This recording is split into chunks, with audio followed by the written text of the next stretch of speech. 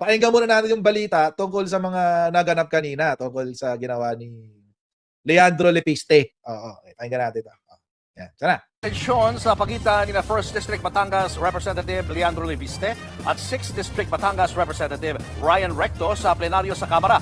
Iniimbestigahan kasi ni Lepiste ang may koneksyon ni Executive Secretary Ralph Recto sa kongresistang sinasangkot sa manumalyang flood control scandal.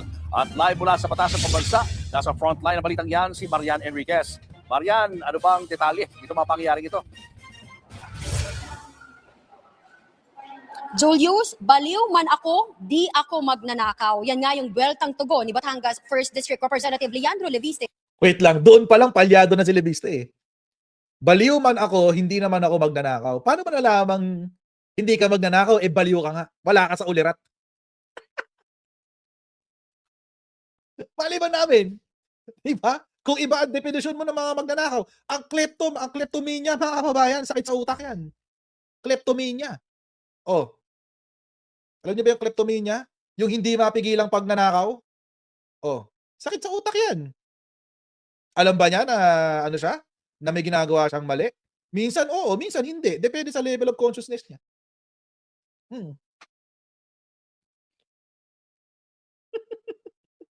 Baliw ka nga eh. Yun na nga ang sinabi sa General Proyekto, baliw ka eh. Kulang sa pag-iisip. Anyway. Sino ba namang baliw ang aamin sa pagnanakaw niya? Mamaya nga yan. Diyos ko na, maaga-aga, napapareha ako. Kay Executive Secretary Ralph Recto sa kanyang privilege speech sa Kamara kanina, iginiit ni Lepiste na pinapakalat daw ng ES Recto sa social media yung utang niya na 24 billion pesos na multa sa Department of Energy para pahinain nga yung kanyang kampanya kontra korupsyon. Pero hindi raw siya patitinag sa panawagang pagpapaimbestiga ng koneksyon ni Executive Secretary Recto kay CWS Party List Representative Edwin Garjola na iniuog na... Wait. Tanong ko lang. Kailan nagsalita si ES Ralph Recto tungkol doon sa 24 billion na penalty? Take note ha, hindi yun utang. Hindi yun utang. Penalty. Ibig sabihin, meron kang nalabag at ikaw ay merong penalty. Oo. Hindi yun utang ha. Hindi yun utang. Ang utang is, hiniram mo yung pera, may intensyon kang ibalik. Oo. Hindi to utang. This is a penalty.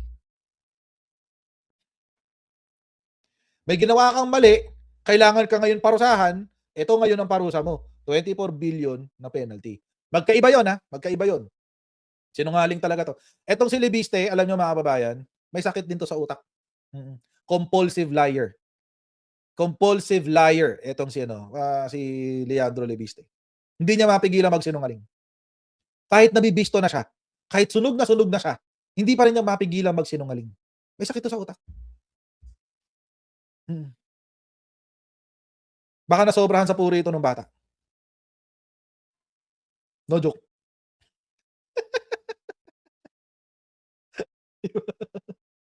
Oo. No joke, no joke. May ano yan, hindi ko alam ha, pero kasi ilang beses siya nahuhuli sa kasinungalingan niya. Hindi pa rin siya tumitigil. Sa DPWH, yung ninakaw niya yung mga dokumento, nung sinaktan niya si Cabral. Tapos itong dito sa yung sa Batangas, yung wala rong ayuda yung mga taga Batangas. Oh. Tapos Diyos ko. Ayoko idamay si Promil, kawawa naman si Promil, wala naman silang kasalanan diyan. Hindi naman kasalanan ng gatas yung pagpapalaki sa anak. Sino ba nagpapalaki sa anak? Ugnay naman sa mga maanumalyang transaksyon. Sa pananaliksik nga raw niya, 1 bilyong piso raw yung ginastos ni Kong Garjola sa 2025 political campaign ni na Governor Vilma Santos Recto at anak nitong si Lucky Manzano. Kaya tanong ni Lepiste, bakit daw gumastos ng ganon si Garjola at ano ang posibleng ginawa ni Executive Secretary Recto para kay Garjola? Muli ring inulit ni Lepiste yung kanyang akusasyon na inalok siya ni Kong Garjola na makipag-partner daw kina Secretary Recto sa pagnenegosyo ng DPWH sa kanyang distrito. Hiniling din ni Lepiste na imbestigahan. Makikipag-partner daw si Garjola kay ES Recto para sa negosyo sa DPWH. Nako. Mabigat yan. O, tuloy ng natin. Kongreso at Malacanang ang di umano'y yaman ni Recto at kaugnayan nito kay Garjola. Pinaimbestigahan niya rin sa Kongreso yung umano'y refresh gaming sa Batangas. Itinanggi ng anak ni E.S. Ralph Recto na si 6th District Representative Ryan Recto yung mga paratang ni Congressman Leandro Leviste. Fake news daw ang mga aligasyon nitong may koneksyon at maanumalyang transaksyon si Recto kay CWS Congressman Garjola. Hindi rin daw dapat ginagamit yung plenaryo para maglahad ng haka-haka. Tila nawalan ng saysay yung privilege speech ni Leviste matapos pagbotohan ng mayorya na i-strike out sa record yung kanyang mga aligasyon na walang Binura lahat. ebidensya. Wala sa record. Pakinggan po natin yung bahagi ng privilege speech ni Congressman Leviste. Bakit si Garjola gumastos ng mahigit 1 billion piso para sa mga Recto? Ito ba ay pagkakaibigan lang o may ginagawa ba si Ralph Recto as Cabinet Secretary of the Republic of the Philippines para makapaggastos ng ganito si Garjola?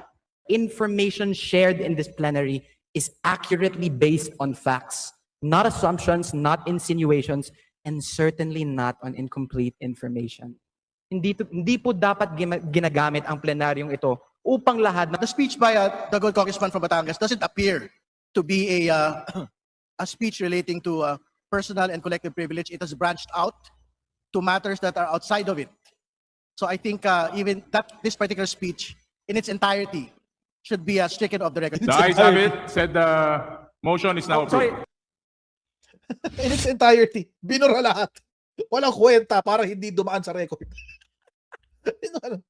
Talk about nagsayang ka ng laway. Burado eh. Wala sa record, guys. Oh, naka-record sa TV, di ba? Naka-record sa YouTube, etc., etc. Pero as far as Congress is concerned, wala. Burado. Pero mga kababayan, ang pinakamagandang sagot or ang pinakamagandang balik ay nanggaling kay kay E.S. Ralph Recto. Yun ang pinakamagandang balik kasi may mga expose. May mga inexpose si E.S. Ralph Recto. Bakit na nagsalita itong si E.S. Ralph Recto? Kasi mga kababayan, for the past few days, etong si Leviste, ayan. Ikinakalat niya na si E.S. Ralph Recto at si Kong Edwin Garjola ay inalok siya na maging business partner nila. I believe this was during before the 2025 election, so mga around 2024, 2023, mga ganun. Kasi hindi siya nagsabi ng date eh. Wala kasing date. So, una, ang tanong, ba't andyan ka?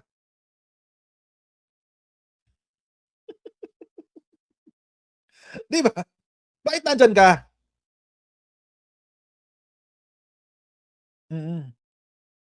Kung alam mo na illegal ang ginagawa ni Garjola at illegal ang ginagawa ni E.S. Ralph Recto, ba't andyan ka?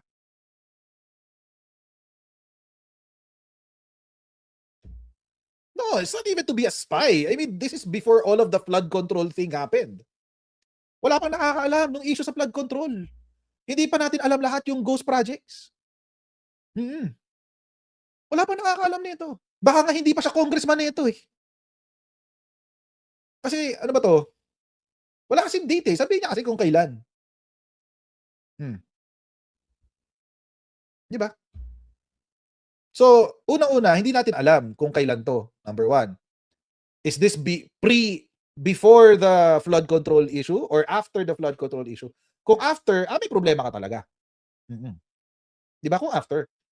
Pero kung before, 2023, 2024, early parts of 2025, na wala pa tayong alam sa flood control issue, anong problema? May ginawa ka bang illegal? May ginawa ba silang illegal? At nung may ginawa silang illegal, April 2025, so before elections. Okay. So wala pa yung flood control, Ernia. Sabi ni Ernia, April 2025 daw. Yan. Okay. So hindi pa, this is more or less around the election period. Tama? So kung election period to, alam na ba natin yung issue ng flood control? Hindi pa. Kailan lang ba natin naalaman na mayroong mga ghost flood control projects? Di ba July of 2025? Nung nagbahaan na? Doon lang naman natin nalaman lahat eh.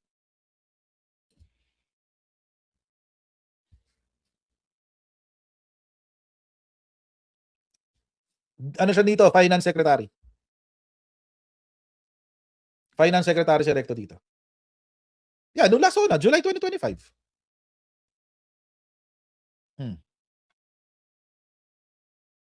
So, nung panahon na to, hindi pa natin alam kung yung mga merong illegal na ginagawa si Garjola o wala. Ang alam lang natin, congressman siya. Di ba? Yun lang naman ang alam natin lahat eh. Congressman siya ng party list. Hindi natin alam na meron pala siya mga ghost project. Hindi natin alam na siya pala ay contractor. Hindi natin alam lahat. Okay, yun ang una kong tanong. Di ba? At kung alam na niya, kung nung panahon na to, alam na neto ni Leandro Lepiste na madumi si Garjola, ba't siya nandyan? Bakit siya nandyan? Alam mo na palang madumi. Ba't nandyan ka? Ba't hindi ka nagsalita? Ba't hindi ka tumanggi sa meeting? Ba't nakaupo ka dyan?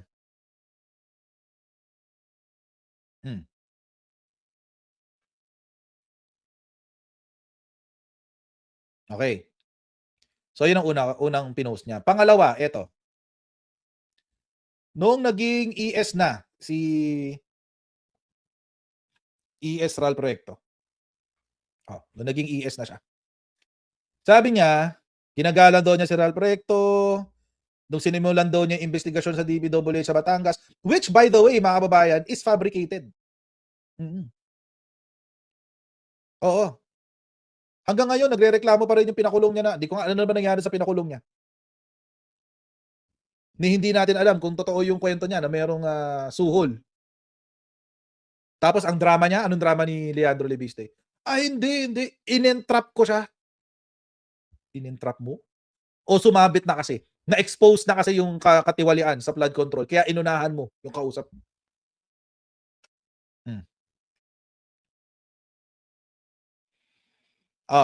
Nung sinimulan doon niya, wala siyang sinimulan na investigahan sa DPWH.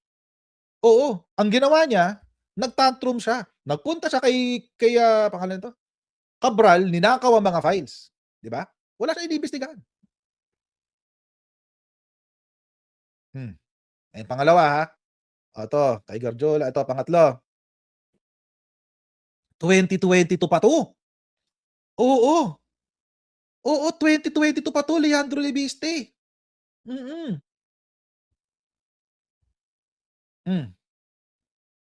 2022 pa to. Noong 2022, karamihan ng Pilipino sumusuporta pa kay Duterte. Ngayon, kung tatanungin mo mga Pilipino kung sumusuporta pa sila kay Duterte, sasabihin nila hindi. 69% gusto ma-impeach si Sara Duterte. Di ba?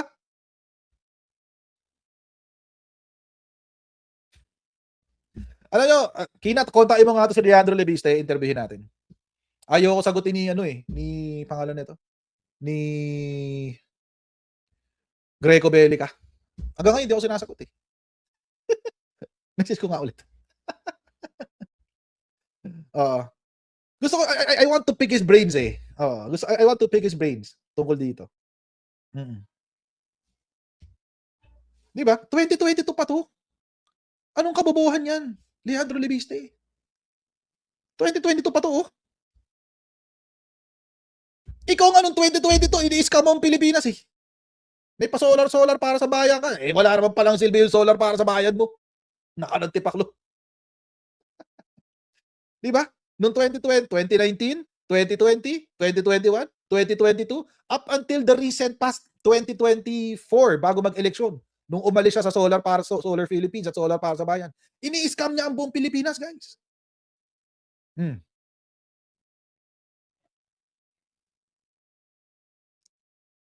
Tapos ito, i-isuha mo, 2022.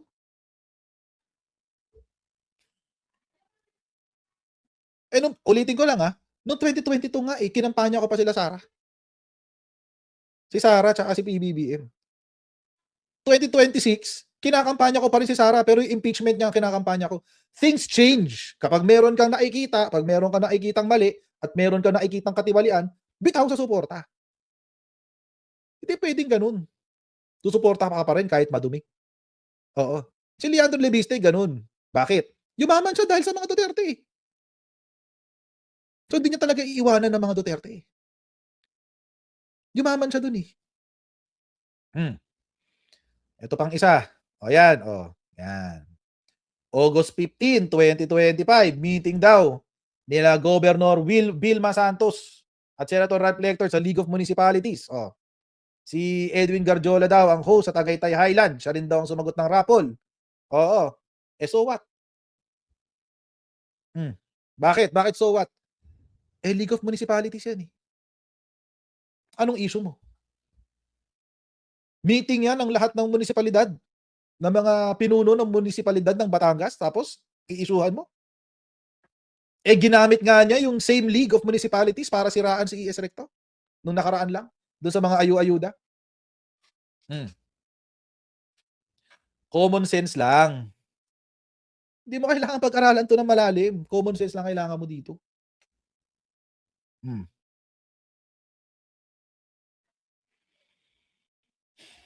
Ito, Barako Fest naman, 2025. Again, another event.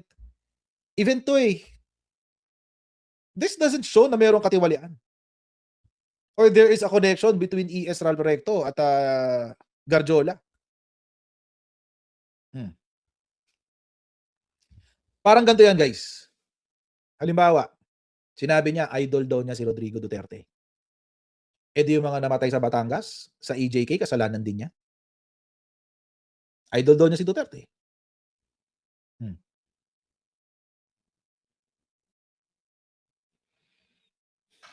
Diba? Pero alam niyo mga kababayan, ito nga, kaya ko lang inuna yan kasi para lang maintindihan natin kung bakit nagsalita na si ES Recto.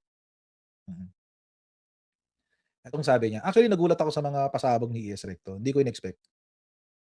Sabi niya, pahayag ni ES Ralph Recto kaugnay sa umano'y mga alegasyon sa kanya ni Batangas 1st District Representative Leandro Lepiste. Sabi niya, sa daming pagsubok na kinakaharap ng ating bansa, ayaw ko sanang patulan ng mga kasinungalingan ng isang kulang sa pansin. Ay, grabe naman. Kulang sa pag-iisip. Ay, naku, mas masakit. At kulang sa pagmamahal. Naku, kulang pa sa pagmamahal yan. Loren, kulang pa sa pagmamahal anak mo. Kulang na nga lang, i-diapers mo ulit yan eh. Kulang pa rin sa pagmamahal. Ha? Isko. Kulang pa rin siya sa pagmamahal, guys. Oo, kulang na lang. Iswaddle siya ulit ni Loren Legarda. Oo, kulang pa rin pala. Ay, nako. But you can only fight a natural born liar with truth. Sabi ko sa inyo, may sakit sa utak to eh. Oo, compulsive liar siya eh. Natural born eh. Adi sabihin, may... At sa walang humpay na walang basihang paninirang puri, may hangganan din ang pagtitimpi. Ito na mga babayan. Ito na yung pasabog ni ES Recto. Sa unang pagtatagpo pa lang namin may handa siyang 400 million pesos. At mariin niya akong pinakiusapan na suhulan ang kanyang kalaban sa politika upang umatras ito sa kampanya. Ay, may ganun. Oo. My goodness. Oo. Hindi pa siya kandidato niyan, guys. Alam niya kasi mga kababayan na malakas ang hatak ni Recto sa Batangas. Oo. Alam niya na malakas ang hatak ni Recto sa Batangas. So, nung hindi pa siya congressman at nangangarap siyang pasukin ng politika, ang ginawa niya, pinakiusapan niya si ES Ralph Recto na suhulan yung kalaban para umatras. 400 million daw ang suhol.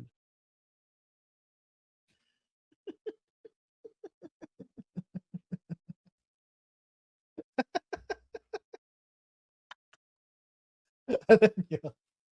Ito mga kababayan, tuturuan ko kayo. Basic to sa politika.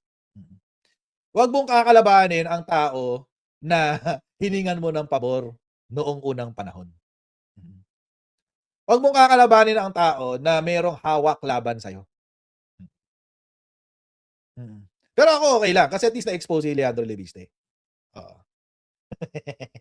400 million. Saan kaya niya nakuha yung pera nito, no? 400 million. Malamang ito yung sa solar eh. Kaya pala siguro wala nang maibalik. Kaya ayaw na magbayad ng 24 billion. Mukhang naubos na eh sa kampanya. Parte na naubos na sa kampanya. Tapos yung iba, pinanglolonder, pinambibili ng mga Historical shops, oo. Yung library ni F. Sonil Jose, biglang binili. Tapos yung bahay ni Rizal sa Germany, biglang binili. Ay, anong tawag dyan? Oh, anong tawag dyan? Hugas pera, oo. Washing machine. Washing machine, guys. Washing machine. Ang tawag dyan. Oo. Hugas pera. Ang tawag dyan. Di ba? Ang sagot ni Esral Recto, tinanggihan ko ito. Paano natin mapapatunayan na tinanggihan? Hindi ko alam. Basta yun ang sinabi ni Esral Recto. Pero itong kasunod, ito yung matindi. Nung sumunod na linggo, hindi pa siya nakontento. 1 week later, inalok niya kami ng 1 billion pesos para sa pag-urong ni Governor V upang siya ang humalili. Ay, gusto pala niya maging gobernador ng Batangas. Oo. Tapos ang ginawa niya, sinuhulan niya si Vilma Santos Recto, Vilma Santos Recto, ng 1 bilyong piso para umurong sa kandidatura ng gobernador ng Davao. Ngayon, tinanggap ba? Obviously, hindi. Sino bang gobernador ng Batangas? Di ba? Sino bang gobernador ng Batangas?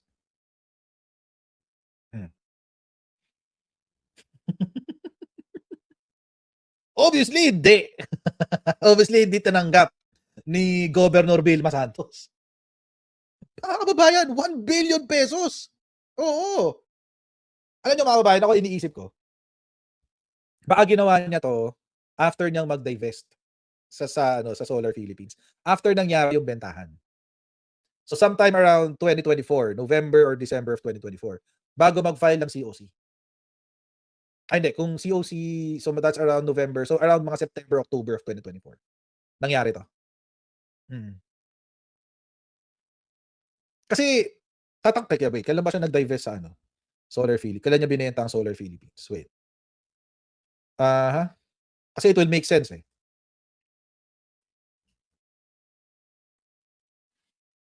2024 na. Binenta niya ng October,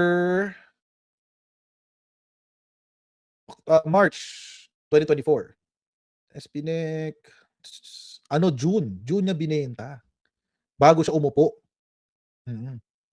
Bago siya umupo na maging congressman. June 2025. So ibig sabihin, yung perang pinangsusuhol niya, mga kababayan, malamang sa malamang ay nanggaling sa Solar para sa Bayan. At saka, nanggaling yan dito. Kasi, naniningil siya ng kuryente galing solar para sa bayan without the permits ng ERC. Naniningil siya. Ayan o. The ERC asked Solar para sa Bayan to explain 3 alleged violations, failing to file the required applications, operating without necessary regulatory authorizations, and charging unapproved electricity rates. Ayun. Oo, yun pala. Malamang dito galing yun, guys. Yung 1 billion na yan. Sa colorum niyang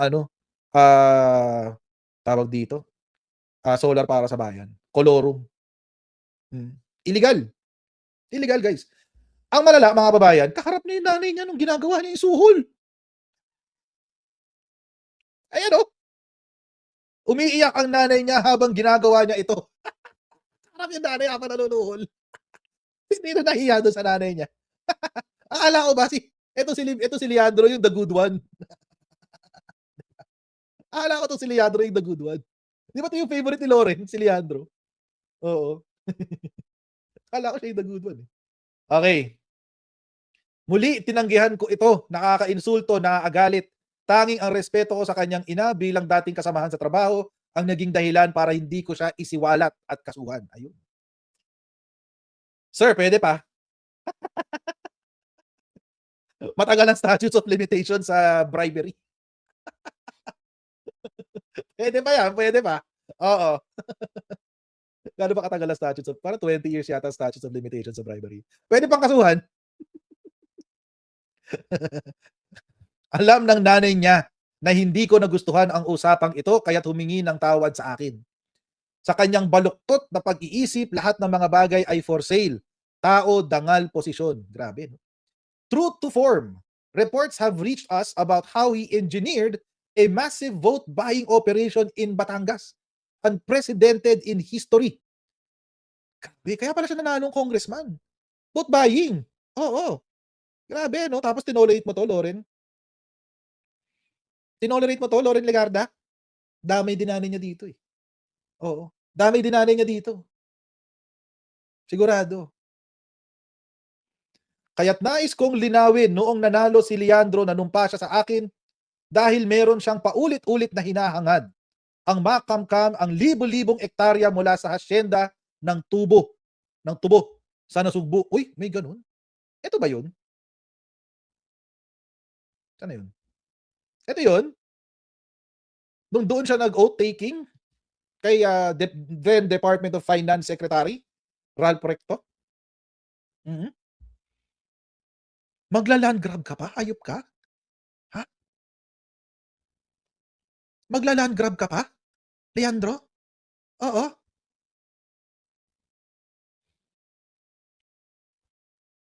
Grabe. Grabe si Leandro Libiste. Wala akong kakayahang pagbigyan ang isang matuturing na agaw lupa. O, land grab talaga yun. Oo, tinanggihan ko ulit ito. Sabi niya. O, yan, ganda lang yung statement niya. So, siya pala ang kriminal. Oo. Leandro Libiste, ikaw pala ang kriminal eh. Ano yung picture niya? Lagyan natin yung picture niya. Ayan, yan. Yan, lagyan natin yung picture niya. Para hindi natin nakakalimutan dito yung yung Devil Wears Barong. The Devil Wears Barong, guys. Eto, si Leandro Libiste.